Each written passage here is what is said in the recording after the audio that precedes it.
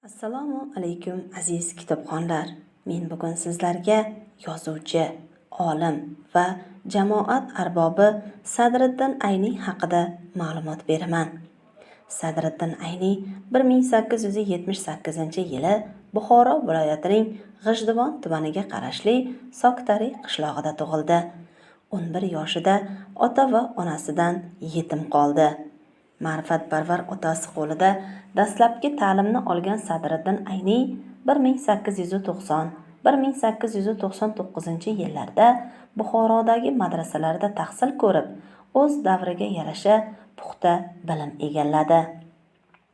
Kalkutta, Bog'chasaroy, Ufa, Orenburg, Qozon singari shaharlarda nashr etilgan gazeta va jurnallar bilan tanishish, ayniqsa Fitratning Turkiyada bosilib, Buxoroga yashirin ravishda yuborilgan Munozara, Sayyoh Hind qissasi singari asarlarini mutolaa etish bo'lajak yozuvchining dunyoqarashida inqilobiy o'zgarishlarni vujudga keltirdi.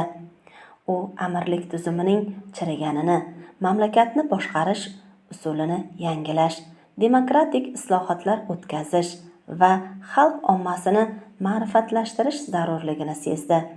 Sadriddin Ayni ana shu tarzda yosh buxoroliklar harakatiga kelib qo'shildi va o'zbek jadid adabiyotining yorqin namoyandalaridan biriga aylandi. Sadriddin Ayni o'smirlik yillarida turmush tebratish uchun jismoniy mehnat bilan ko'proq shug'ullangan bo'lsa, ijtimoiy ongida ro'y bergan o'zgarishlar tufayli keyinchalik aqliy mehnat yordami bilan kun kechira boshlaydi. U tatar maktabida tarjimon bo'lib xizmat qiladi. Shu asnoda muayyan malaka hosil qilgan Sadriddin Ayni do'sti Mirza Abdulvohid bilan birga uning hovlisida maktab ochadi.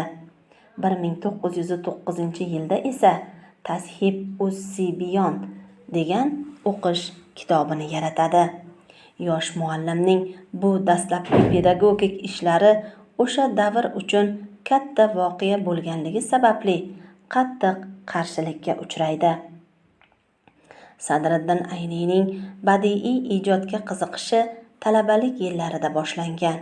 U dastlab sifli, muhtojiy va jununiy, 18 yoshida esa Ayni taxallusi bilan ijod qila boshladi. Sadriddin Aynining 1917-yilga qadar yaratgan asarlari u qadar ko'p emas. U garchand inqilobga qadar bo'lgan davrda Oyna, Ulug' Turkiston, Al-Isloh, Hurriyat, Sadoyi Turkiston, Taraqqiy singari gazeta va jurnallarda o'z she'rlari va maqolalari bilan yosh ijodkor sifatida qatnashadi.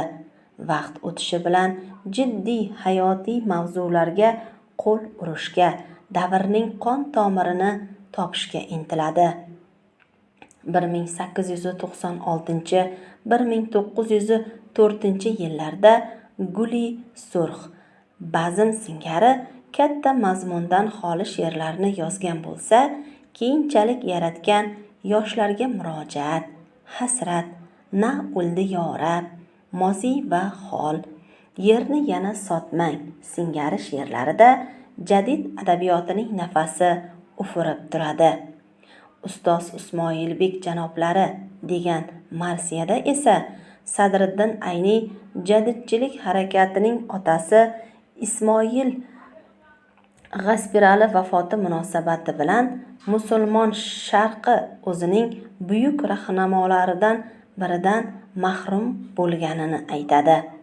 Sadriddin Ayni 1917-yilga qadar kechgan ijodida boshqa jadidlar singari maqolanavislik bilan ham samarali shug'ullandi.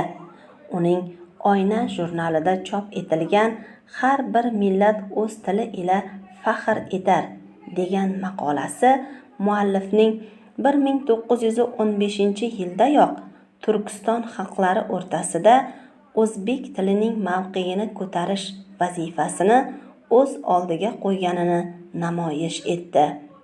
U shu davrda nazariy xarakterdagi ishlar bilan band bo'lib qolmay, fors, tojik tilida Buxoroyi Sharif, o'zbek tilida esa Turon gazetalarini nashr etishning tashabbuskorlaridan biri bo'ldi.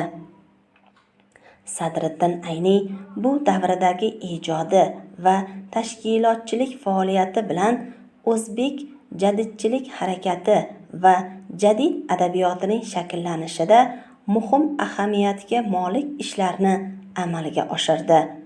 Uning bu boradagi xizmatlari Sadriddin Ayni ijodiy faoliyatining munavvar sahifalaridan birini tashkil etadi.